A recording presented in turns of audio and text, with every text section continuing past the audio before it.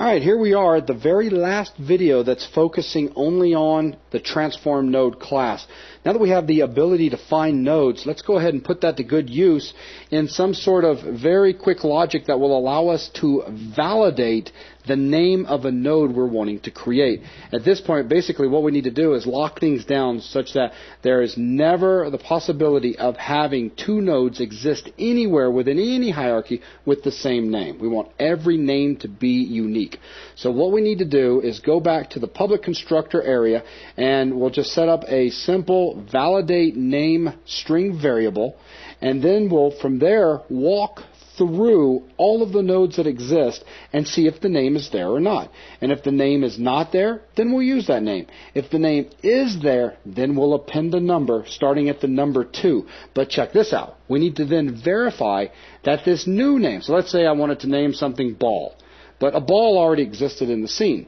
So since it saw that, it now has to call it ball 2, because it'll be the second ball. We don't want to call it ball 1. That'd read kind of funny. So it names it ball 2. But we need to verify that ball 2 doesn't already exist in the scene, because if it exists, then what we'll need to do is call it ball 3. So we'll need to have some sort of loop set up so that we can continue appending a number, 2, then 3, then 4, until finally we get to a name that has not been taken up by any node in the hierarchy, and then we can assign that name. So Logan, let's go ahead and jump into the transform node class and go back up to the public constructor that takes in the string. There we go. And we'll just set validate node up. We can just do it right there at the top. Okay. So let's jump up a few lines, and let's put give ourselves a variable where we can store a validated name, or a name to be validated. So this is string validated name. All right. And we'll go ahead and start it off by setting it to name. Because if the name that was coming in happened to be unique already, we can go ahead and use it. All right. Now we need to set up a counter so that if we indeed have to keep retrying, we keep track of how many we've retried. That's right. So let's create a integer for a counter, and I'm going to start the counter at 2, because like you were saying, if something like a ball already existed and we had to counter for that, we'd want the next thing to be ball 2 instead of ball 1. So we'll start a counter at 2. Now let's begin our loop. That's going to continue to try until a unique name is found. I'm going to use a while loop, and then I want the while loop to continue as long as we cannot find a node by the validated name. Because like you said we had to search through all existing nodes, and that sounds scary that right here we're going to have to do another extensive search. But searching has already been put in place. That's right. Thanks to find. So what we can do is while transform node dot find, looking for validated name. So as long as validated name was not found, well, what would it be if it was not found? It would be null. So as long as it is not null. So if this ends up being true, if transform node dot find validated name is not null, that means validated name was found. That means trying to use it would result in a duplicate. So this is the case where we need to look for it and possibly increment the counter. This is where we need to go ahead and set validated name now equal to the name plus that counter number. For example, if we were trying, if name was currently holding ball, and we tried to find that, and then ball was actually a real actual it existed. That means that basically we would have got a reference back out of there. So in this particular case, since ball already exists, what we would need to do is change the name of validated name to be validated name, whatever it is, name coming in. So name plus the counter to string. So we'll take validated name equals the name parameter plus counter, and then taking to string because we're actually setting a string variable. And then we need to make sure we increment that counter. That's the important thing. So then we'll try ball 2. Then we'll try ball 3. And we'll continue to do this until finally we set a validated name that does not exist anywhere in the hierarchy. And then when that happens, let's jump right outside this while loop and go ahead and set the name to the validated name. Right. So once we finally get out of this loop, that means we have found a unique name. Then when we get to the line where this.name needs to be set to the good name, the validated name, we'll simply change the name parameter to the validated name variable. Okay. And then the validated name is what actually gets stored as the name for this node. And that's all there is to it. So if I build, we can see that the build succeeded, so everything is working good there. So let's go ahead and comment out all of these nodes that we're creating and just create a series of transform nodes so that we can make sure that the first one is called transform node, but then the second one is transform node 2, then node 3, so on and so forth. Right. So if we did something, just to show the most simplistic way we can create a node, is by saying new transform node and it's feeding no parameter, okay. which means the default constructor will get called and we'll try to send transform. Yeah, now turn around and do a transform node.showAll. Transform node show all. And run that. So what do we get?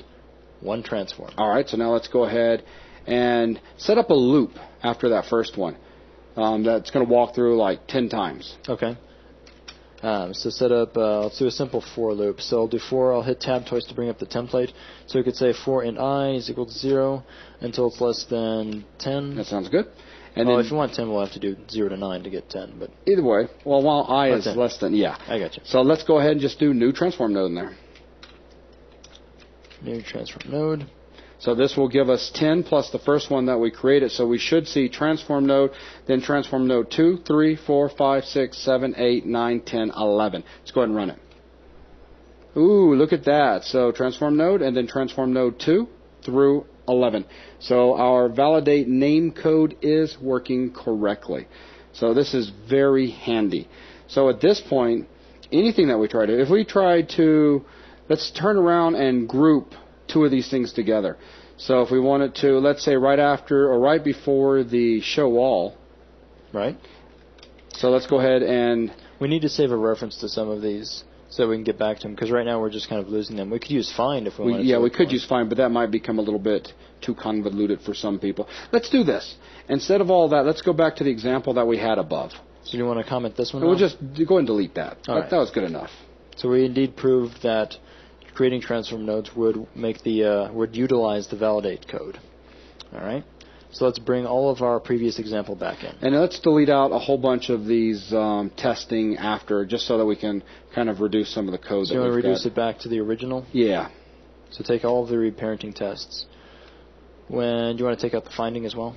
Yeah, let's take out the finding. So this should leave us, if we run now, all the way back at the original example with our given hierarchy. So let's group C and then turn around and group B. So we'll make two new groups, one containing B and one containing the C hierarchy with E and F, and we should see that one of the groups is called group and the other group is called group 2. Okay.